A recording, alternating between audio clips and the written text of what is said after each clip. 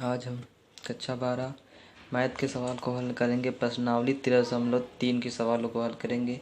तो यह प्रश्नावली के सभी सवाल क्या हैं, बीज प्रमेय पर आधारित हैं। और पहले सवाल को छोड़कर तो जो पहला सवाल है उसमें कि प्रश्न है वो है, एक कलश में 5 लाल और 5 काली गेंदें हैं। यादृच्छिया एक गेंद निकाली जाती है, इसका रंग नोट करने के बाद पुनः कलश में रख दी जाती है। पुनः निकाले गए रंग की 2 अतिरिक्त गेंदें कलश में रख दी जाती है तथा कलश में से एक गेंद निकाली जाती है तो दूसरी गेंद की लाल होने की प्रायिकता क्या होगी। कि इस प्रश्न का मतलब क्या है कि पहले क्या है, 5 लाल और 5 काली गेंदें हैं, ये एक कलश है। तो 5 और 5 काली तो कितनी कुल गेंदें कितनी हुई, 10 हो गई। तो पहली कंडीशन इसमें ये बोल रही है कि जो 5 लाल और 5 काली गेंदें हैं इसकी प्रायिकता निकालने के बाद हम क्या करते हैं कि इसमें 2 लाल गेंद अतिरिक्त डालते हैं। तो कितनी लाल गेंद हो गई, 7 लाल गेंदें हो गई और 5 काली गेंदें हैं। तो यहाँ पे कुल गेंदें कितनी हो गई, अब कुल गेंदें कितनी हो गई, 12 हो गई।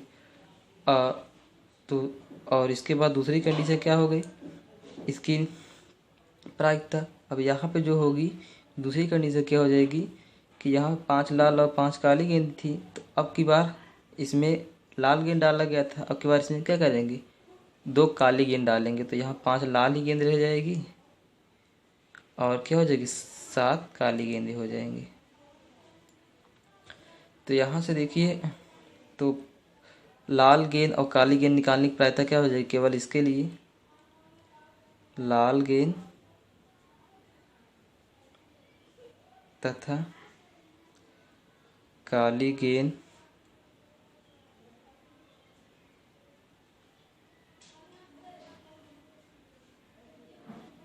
निकालने की प्रायिकता क्या हो जाएगी, 5 लाल और 5 काली गेंदें हैं तो क्या हो जाएगी, 1/2 हो जाएंगी। दोनों की प्रायिकता क्या हो जाएगी, 1/2। तो कुल कितना है, 10 है, 5/10 भी 1/2 आएगा और 5/10 भी कितना आएगा, 1/2। तो ये पहले का क्या हो गया, दोनों की प्रायिकता जो हो जाएगी एक 1/2 हो जाएगी। अब इसकी कंडीशन के लिए देखते हैं। तो यहाँ पे लाल गेंद निकालने की प्रायिकता क्या हो जाएगी, लाल गेंद निकालने की प्रायिकता, लाल गेंदे कुल गेंदें कितनी है, 12 है और लाल गेंदें कितनी है, तो 7/12 हो जाएगी। तो इसकी जो प्रायिकता हो जाएगी, लाल गेंद इस बॉक्स में लाल गेंद निकालने की प्रायिकता कितनी हो जाएगी, 7/12 हो जाएगी। तो अब यहाँ पे हम दूसरे बॉक्स के लिए दूसरी कंडीशन के लिए क्या हो जाएगा, लाल गेंद निकालने की प्रायिकता हो जाएगा, लाल गेंद निकालने की प्रायिकता। तो लाल गेंदें कितनी है, 5 है और कुल गेंदें कितनी है, यहाँ पे कुल गेंदें 5 7 कितना हो जाएगा, 12। तो कुल गेंदें 12 हैं और लाल गेंदें कितनी है, 5। तो इसकी प्रायिकता क्या हो जाएगी, दूसरे कंडीशन के लिए 5/12। तो यहाँ पे हमें जो ज्ञात करना था, दूसरी गेंद लाल होने की प्रायिकता क्या हो जाएगी, दूसरी गेंद की लाल होने की प्रायिकता हो जाएगी 1/2 पहले के लिए, एक पहले और इसके लिए 1/2, 1/2 हो गई प्रायिकता लाल गेंद के लिए। और यहाँ पे लाल गेंद की निकालने की प्रायिकता क्या थी, 7/12 थी। प्लस में काली गेंद निकालने की प्रायिकता कितनी थी, 1/2 थी, गुणे और यहाँ पे लाल गेंद निकालने की प्रायिकता कितनी हो जाएगी, 5/12। तो इसको हल करने क्या आ जाएगा, 7/24 हो जाएगा प्लस 5/24। इसको हल करेंगे, 24 एलसीएम हो जाएगा। तो 7 + 5 तो 7×5 12 हो जाएगा 12/24। तो 12×1 12, 12×2 24, यानी इसकी प्रायिकता क्या हो जाएगी 1/2। अतः क्या होगा, दूसरी गेंद लाल होने की प्रायिकता क्या हो जाएगी 1/2 हो जाएगी। तो 7+5 कितना हो जाएगा 12/24 है, तो 12×1 12, 12×2 24 की प्रायिकता क्या हो जाएगी 1/2।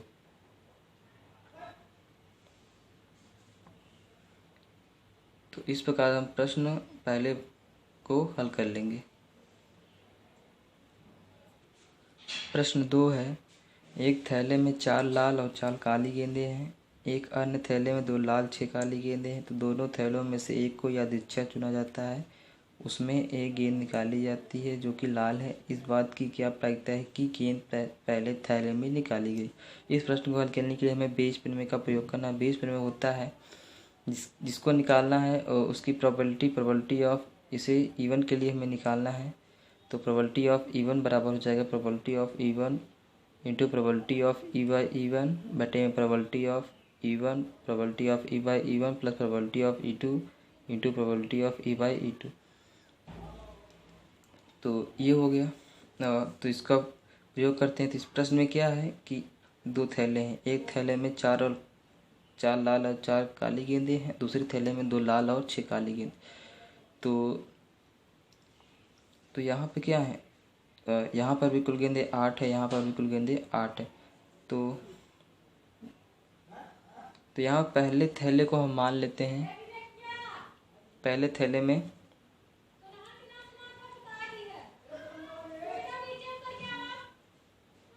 थैले की घटना A1 तथा दूसरे थैले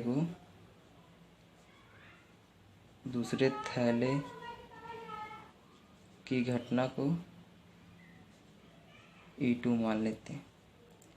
तो यहाँ में तो थैले की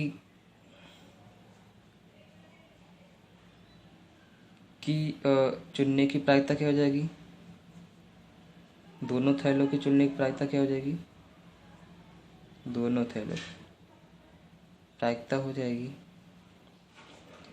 टोटल 8 ही है, तो दोनों थैलों की चुनने की प्रायिकता क्या हो जाएगी,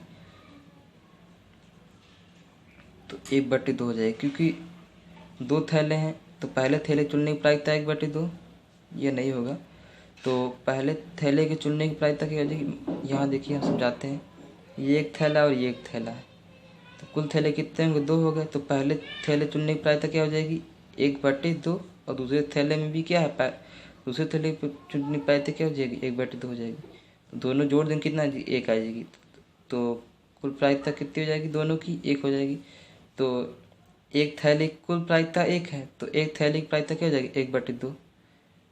तो समझ गए ना कि दोनों थैलों की चुनने की प्रायिकता क्या हो जाएगी 1/2 हो जाएगी। तो यहाँ से क्या हो गया, तो प्रोबेबिलिटी ऑफ E1 बराबर है प्रोबेबिलिटी ऑफ E2 का कितना हो गया 1/2। ये इतना हमारा क्लियर है। तो पहले थैले में क्या था, 4 लाल गेंदें थी। पहले थैले में क्या थी, 4 लाल गेंदें थी और 4 काली गेंदें थी। तो यहाँ पे लाल गेंद चुनने की प्रायिकता क्या हो जाएगी, लाल गेंद चुनने की प्रायिकता, तो लाल गेंद चुनने की प्रायिकता कुल गेंदें कितनी है, 4 4 8 हो जाएंगी, और लाल गेंद 4 है तो 1/2।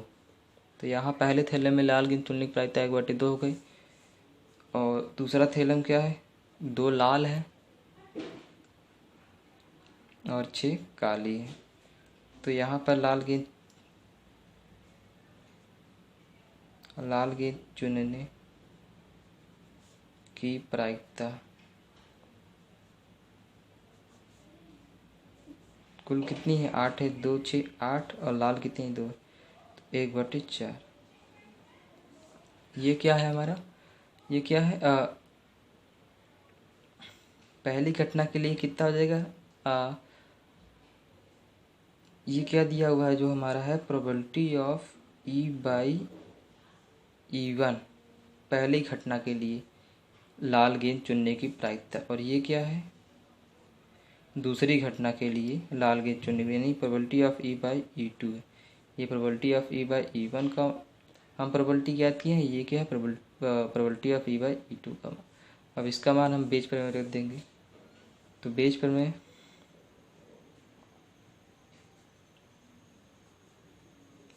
में से क्या हो जाएगा हमारा पहले थैले का निकालना है, तो पहले थैले को हम लोग क्या माने थे E1 माने थे, तो प्रोबेबिलिटी ऑफ E1 हमें ज्ञात करना है। इस बेस पर में क्या होता है प्रोबेबिलिटी ऑफ E1 होता है probability of E1 probability of E/E1 बटे में probability of E1 probability of E/E1 plus में probability of E2 into probability of E/E2। तो इन सभी का मान इसमें रख देंगे तो हमारा उत्तर हो जाएगा। तो प्रोबेबिलिटी ऑफ E1 का मान कितना है 1/2, गुणित प्रोबेबिलिटी ऑफ E/E1 का मान भी 1/2 है। प्रोबेबिलिटी ऑफ E1 का मान 1/2, E/E1 का मान 1/2 है। प्रोबेबिलिटी ऑफ E2 का मान भी 1/2 है, इंटू प्रोबेबिलिटी ऑफ E/E2 का मान 1/4। तो यहाँ से हो जाएगा 1/4 बटे में 1/4 प्लस 1/8, 1/4 हो जाएगा। यहाँ पे 8 एलसीएम हो जाएगा, 2 + 1 4 × 4 4 दूनी 8, तो 1/3/2, 2 ऊपर जाएगा तो क्या हो जाएगा 2/3। तो इस प्रकार हम प्रश्न दूसरे भाग को हल करेंगे। तो इसका उत्तर क्या हो जाएगा 2/3। तीसरा प्रश्न है, यह ज्ञात है कि एक महाविद्यालय के छात्रों से 60% छात्रावास में रहते हैं और 40% छात्रावास में नहीं रहते। तो पूर्ववर्ती वर्ष के परिणाम सूचित करते हैं कि छात्रावास में रहने वाले छात्रों में से 30% और छात्रावास में न रहने वाले छात्रों में से 20% छात्रों ने ए ग्रेड लिया है। तो वर्ष के अंत में महाविद्यालय के एक छात्र को यह दीक्षा चुना गया है और यह पाया गया है कि ये ग्रेड मिला है, तो इस बात की क्या प्रायिकता है कि वह अच्छा छात्रावास में रहने वाला है। तो यहाँ पे हम मान लेंगे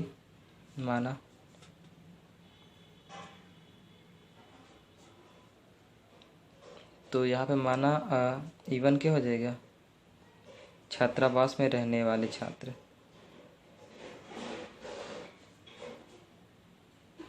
में रहने वाले छात्र को E1 मान लेंगे और E2 मान लेंगे छात्रावास में ना रहने वाले, छात्रावास में ना रहने वाले छात्र। तो E1 क्या हो गया छात्रावास में रहने वाले छात्र और E2 छात्रावास में ना रहने वाले छात्र।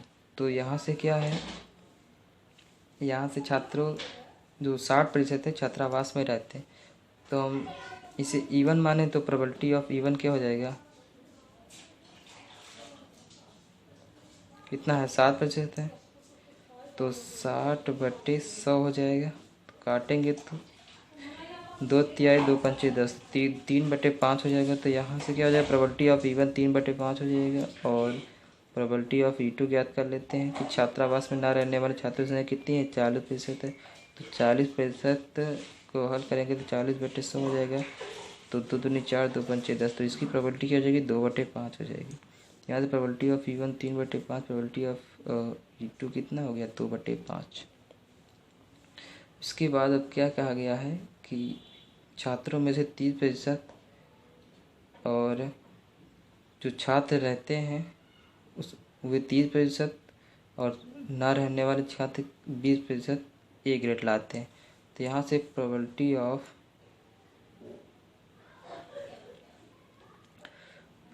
ऑफ E/E1 क्या हो जाएगा 30%। तो इसको हल करेंगे तो 30/100 हो जाएगा, 0 से 0 कट गया तो 3/10 10। और क्या है probability of E by E two कितना दिया हुआ है 20%। इसको हल करेंगे तो 20/100 हो जाएगा, कट गया 2 1 2 5 10 तो 1/5 हो गया। तो यहाँ से हम सभी का मान ज्ञात कर लिए और हमें क्या करना है, तो वह छात्रावास में रहने वाले छात्रों की प्रायिकता में ज्ञात करनी। तो यहाँ पे हमें ज्ञात करना है बीज प्रमेय का प्रयोग करके। तो बीज प्रमेय का प्रयोग करके बीज प्रमेय से हमें प्रोबेबिलिटी ऑफ किसका ज्ञात करना है, पहले छात्रावास में जो रहते हैं तो प्रोबेबिलिटी ऑफ इवन के लिए हमें ज्ञात करना है। तो प्रोबेबिलिटी ऑफ इवन के लिए हमें ज्ञात करना है। तो यहाँ से इसका सूत्र हो जाएगा probability of E one into probability of E by E one बटे में probability of E one probability of E by E one plus में probability of E two into probability of E by E two. तो यहाँ से इसका मान क्या है 3/5 है और इसका मान हम लोगों ने लिया 2/5 3/5 सॉरी इसका मान 3/10 है। 3/5 गुणे 3/10 प्लस में 2/5 गुणे 1/5।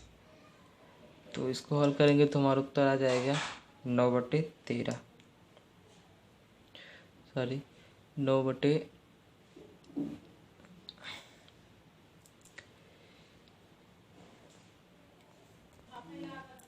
तो इस प्रकार हम प्रश्न क्या है तीसरे भाग को हल करेंगे। तो इसको हल करने में क्या आ जाएगा 9/13 आएगा। आप इसी दशमलव में ले करेंगे तो और आसानी होगी। तो इसका उत्तर क्या हो जाएगा 9/13।